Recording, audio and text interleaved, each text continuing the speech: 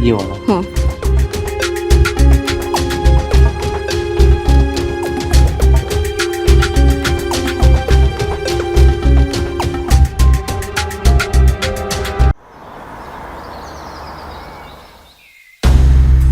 नमस्कार, मैं हूं रानी चैटर्जी। क्राइम चक्र में आप सभी का स्वागत करती हूँ। समाज में कई बार मासूमियत को इस तरीके से दबाया जाता है कि अगर वो आवाज भी करती है तो किसी को उसकी आवाज सुनाई नहीं देती, और ज्यादातर इसका शिकार ऐसे लोग हो जाते हैं जो कुछ बोल पाने की हिम्मत ही खो देते हैं। ऐसे में उन्हें कोई उम्मीद की किरण नजर ही नहीं आती, लेकिन जब कोई किरण बनकर जिंदगी में आता है तो रोशनी अपने आप आ जाती है। रानी के जीवन की वो रोशनी था सुरेश। दोनों ही अच्छे दोस्त थे, क्लास के टॉपर थे और एक दूसरे की मदद करते थे, पर समाज की बुराइयां किस रूप में कहां घर कर जाए ये किसी को नहीं पता।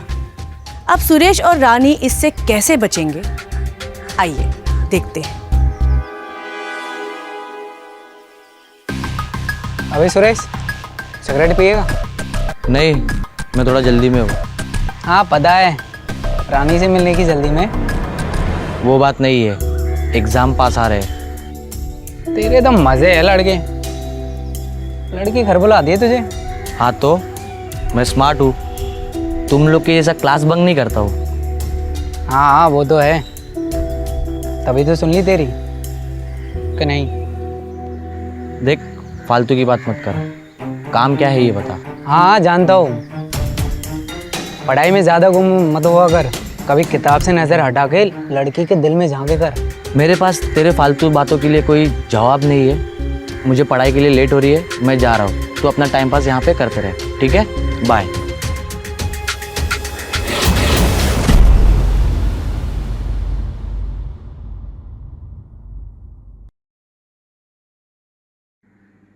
तू आज इतना लेट क्यों आया? अरे कुछ नहीं, वो एक काम में मैं फंस गया था। ओके। अच्छा, मेरा ना चाय पीने का बहुत मन कर रहा है, तू भी पिएगा? हाँ ले आ। चल ठीक है।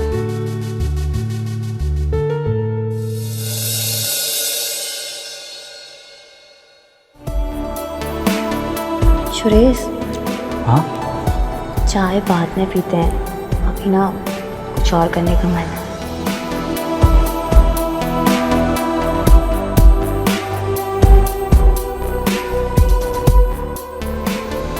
सुरेश, चाय। हाँ। कहाँ खो गए थे तुम? नहीं कहीं नहीं, वो बस पढ़ाई के बारे में सोच रहा था। अच्छा, चाय पियो।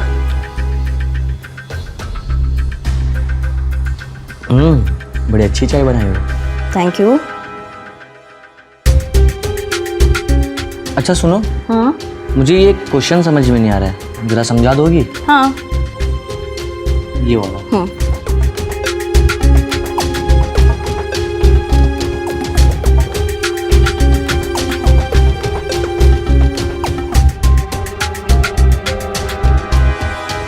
पढ़ाई में ज़्यादा गुम मत हुआ कर, कभी किताब से नज़र हटा के लड़की के दिल में झांके कर।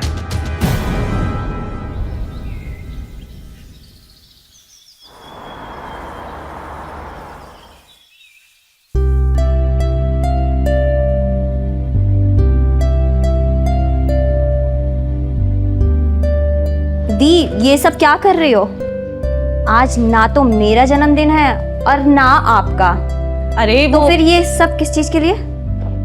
अरे वो जीवन अंकल आ रहे हैं ना आज। जीवन अंकल? हाँ। मेरे कोई अंकल नहीं है वो।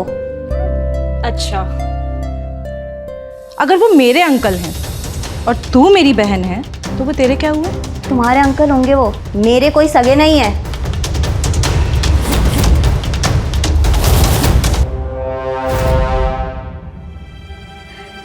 सगे नहीं है, लेकिन सगे से भी ज्यादा बढ़कर करते हैं।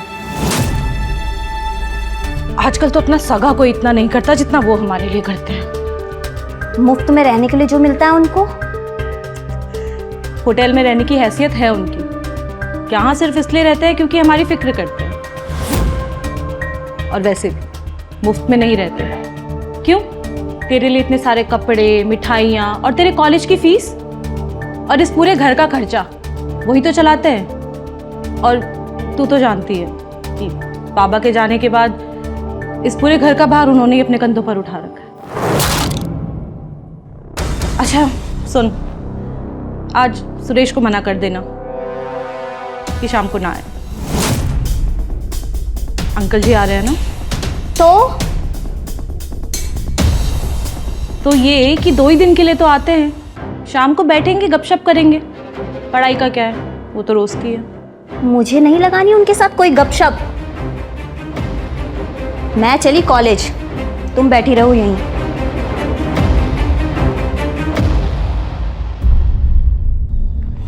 इतनी भोली है मेरी रानी, अच्छे बुरे का फर्क भी नहीं समझती। तो इसमें परेशान होने वाली क्या बात है? तू अपनी दीदी को बता दे अपने अंकल की नीयत के बारे में। तुझे क्या लगता है कि मेरी दीदी मान जाएंगी?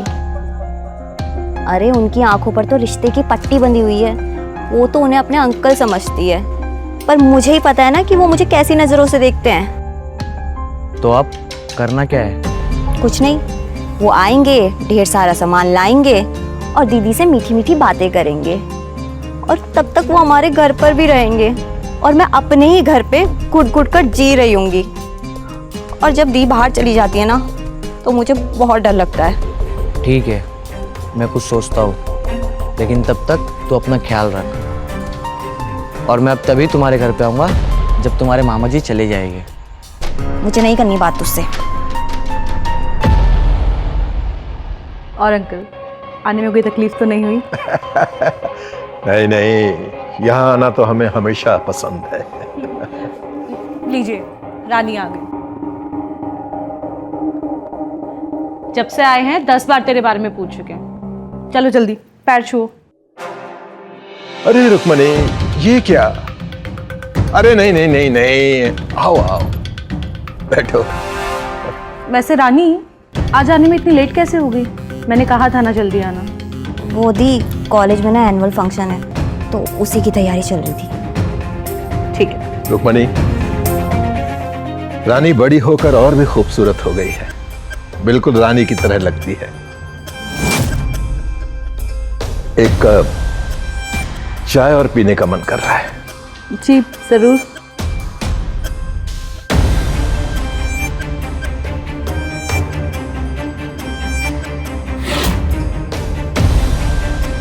और रानी, क्या क्या पढ़ाई कर रही हो कॉलेज में? तुम्हारा फेवरेट सब्जेक्ट कौन सा है? इंग्लिश और हिस्ट्री। अच्छा, और शर्मा क्यों रही हो? थोड़ा पास आओ। मैं क्या सोच रहा था, इस बार तुम्हारे समर वेकेशन पर मसूरी घूमने चलेंगे। लेकिन ना मेरा समर कैंप है, तो मैं वहीं जाऊंगी। अरे कोई बात नहीं, फिर तुम जहां कहोगी हम वहां चलेंगे। रुक्मणी, रानी बड़ी हो गई है, इसलिए अब ज्यादा शर्मा रही है। पूरे 19 की हो गई है। ये चाय पी। थक कर आई है ना? मुबारक हो।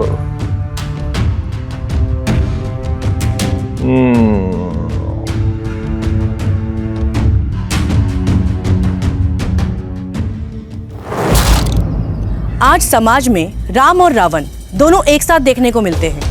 कब कौन किस रूप में आपकी मदद करता है और कौन कब किस रूप में आपका फायदा उठाता है, ये कोई नहीं बता सकता। और उसी तरह का एक आदमी था रानी का अंकल। इंसान की शक्ल में हैवान, जो किसी भी हद तक जा सकता है। रिश्तों की आड़ में ये लोग ऐसे कारनामे करते हैं कि इन्हें रोकना भी आसान नहीं होता। सुरेश ने रानी की मदद करने का फैसला तो कर लिया, पर उसे भी नहीं पता था कि वो कैसे मदद करेगा। पर रानी को बचाना तो उसके लिए सबसे ज्यादा जरूरी है। आइए देखते हैं कि दोनों मिलकर इसे कैसे रोकते हैं। हेलो सुरेश, इस अंकल की हिम्मत ना बहुत बढ़ती जा रही है। अभी दीदी से कह रहा था कि उसे शाम को समोसे खाने हैं, और दीदी शाम को समोसे लेने चली जाएगी, फिर मुझे बाद में बहुत डर लगेगा। तू टेंशन मत ले, मैं अभी मेरे घर पे हूँ, मैं अभी तेरे घर के लिए निकल रहा हूँ। और जैसी तेरी दीदी अगर बाहर जाए तो तू बस एक मिस कॉल मार देना, मैं पढ़ाई के बहाने तेरे घर आ जाऊँगा। हाँ ठीक है, पर मुझे बहुत डर लग रहा है। तू डर मत, बस एक मिस कॉल। ठीक है, मैं ऐसे ही करूँगी। ठीक है। रानी, हाँ दीदी। रानी, आई दी। आजकल के बच्चे भी ना सारा दिन। हाँ दी, क्या हुआ? अंकल को ना छोटे लाल के यहाँ के समोसे खाने हैं, तू खाएगी? हाँ, मेरे लिए भी ना 2 लेकर आ जाना। अच्छा ठीक है, तुम अंकल के पास बैठो, उनका ध्यान रखो, मैं लेकर आती हूँ। ठीक है। मैं आती हूँ अभी। हाँ।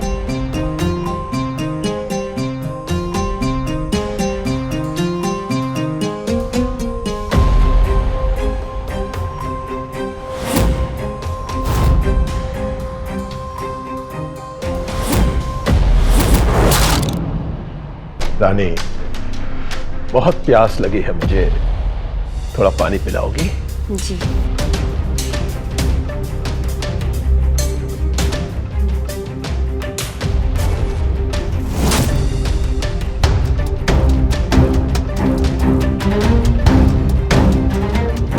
लीजिए अंकल जी। अरे वाह,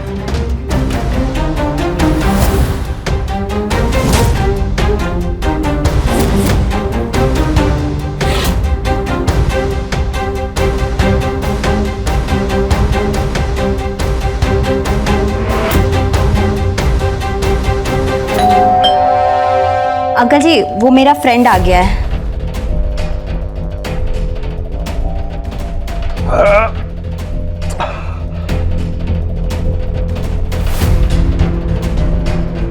अरे सुरेश, आ गया तू? आजा। अंकल,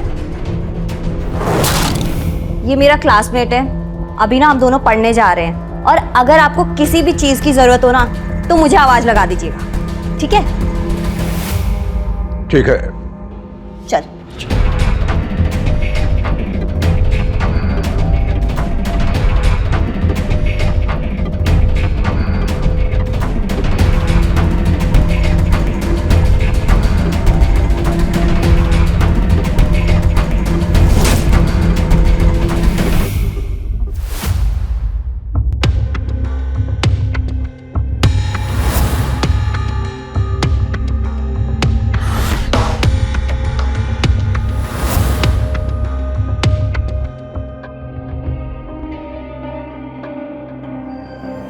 ये दोनों बेडरूम में क्या कर रहे हैं?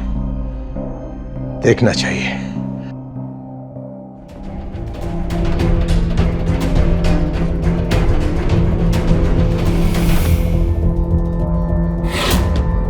बेडरूम में बैठ के पढ़ाई होती है क्या? हॉल में बैठ के पढ़ाई करनी चाहिए थी। ऐ लड़के, तुझसे कह रहा हूं मैं।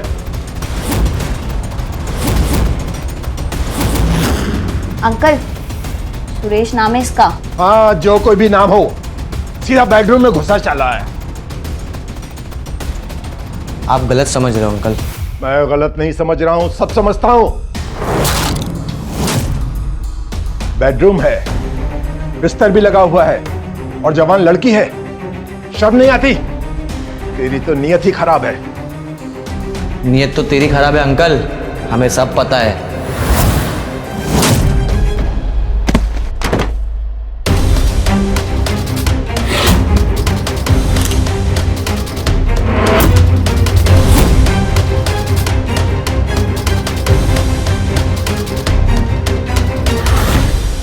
अकेली लड़की देखी और किस कर रहा है।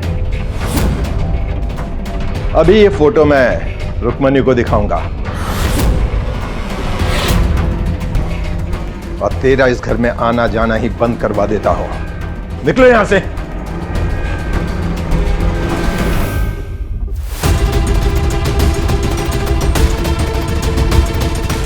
अरे रानी, मैंने मना किया था ना आज सुरेश को बुलाने के लिए।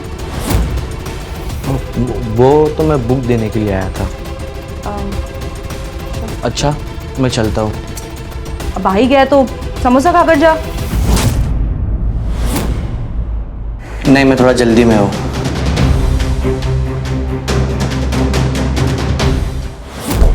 अंकल एक चाय और चलेगी? रुक्मणी, कितना चाय पिलाती हो? बस अभी नहीं। वो क्या है ना कि शिखा की बेटी की तबीयत खराब है तो मैं हॉस्पिटल जा रही थी। आने में थोड़ा टाइम लग सकता है और रानी भी अभी सो रही है इसलिए पूछ रही। नहीं अभी नहीं। अरे हाँ, रानी आज कॉलेज नहीं गई? नहीं, कह रही थी आज नहीं जाना, अभी तक सो रही है। ठीक है, अच्छा तुम जाओ। ठीक है, आप ध्यान रखिए। हाँ।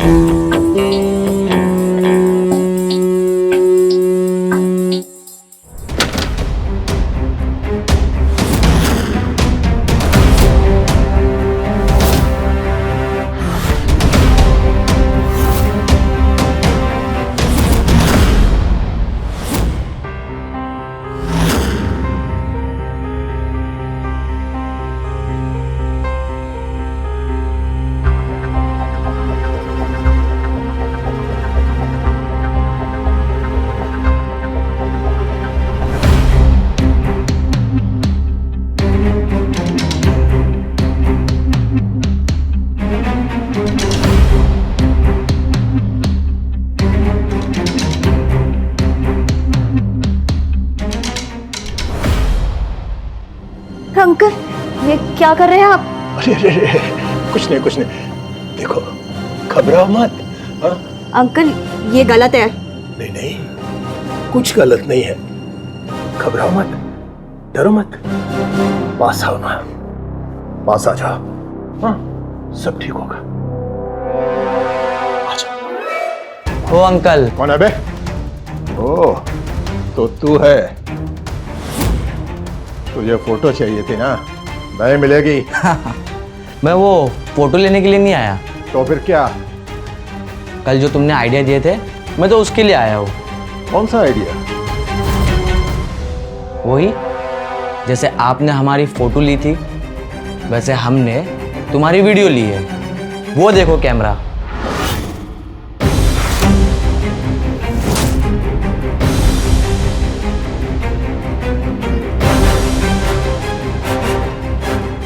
अब ये तुम्हारी सारी करतूतें इस कैमरे में कैद है। अरे कैसी बातें कर रहा है? मैं तो अपनी बिटिया रानी के कपड़े ठीक कर रहा हूं, बस, और कुछ नहीं। वो तो तुम कपड़े ठीक कर रहे हो या क्या कर रहे हो वो तो बाद में पता चल ही जाएगा। अरे अंकल जी, मैं तो सिर्फ सोने का नाटक कर रही थी ताकि तुम वो सब कर सको जो तुम्हारे घटिया दिमाग में चल रहा है। अरे ऐसा कुछ नहीं है। तू तो मेरी प्यारी बिटिया है। मेरी बेटी की तरह है तू। ऐसा कुछ नहीं है जैसा सोच रहे हो। हाँ? वो तो तुम्हारी बिटिया है लेकिन तू उसके अंकल के लायक का नहीं है।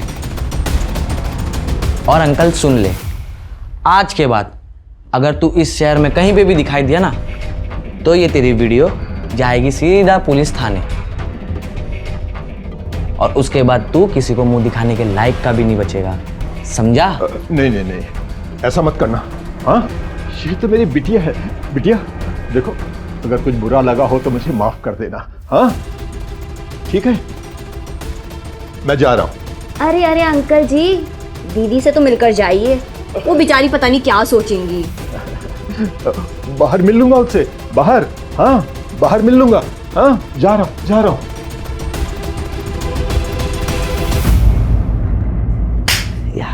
फाइनली हमने कर दिखाया। उस ठरकी अंकल को भी भगा दिया और हम भी बच गए। यस। अगर आज आप और मैं अपने आसपास देखेंगे तो हमें ऐसे कई केसेस नजर आएंगे जहां यही सब होता है, पर हम कभी ध्यान नहीं देते। दरअसल रानी की तरह रोज हजारों लड़कियां इस तरह समाज में यौन शोषण का शिकार होती हैं। परिवार की इज्जत इन्हें कुछ बोलने नहीं देती और इसी बात का फायदा उठाकर अंकल जैसे कुछ हैवान रानी जैसी मासूमों पर अत्याचार करते हैं। अगर रानी के जीवन में सुरेश ना होता और वो सही समय पे उसे बचाने की तरकीब ना निकालता तो ना जाने ये खेल कब तक चलता रहता और कब तक रानी इस शोषण का शिकार होती रहती। शोषण सिर्फ शारीरिक तौर पर नहीं होता, किसी भी तरीके से हो सकता है। इसीलिए अपने आसपास सावधानी बरतिए और ऐसी किसी भी हरकत को रोकने का प्रयास कीजिए, क्योंकि आप और मैं मिलकर ही समाज को बेहतर बना सकते हैं। मैं रानी अब आप लोगों से विदा लेती हूँ। आप लोगों से जल्द मुलाकात होगी क्राइम चक्र के नए एपिसोड में नई कहानी के साथ। तब तक आप लोग सचेत रहिए अपने आसपास होने वाली घटनाओं से। नमस्कार।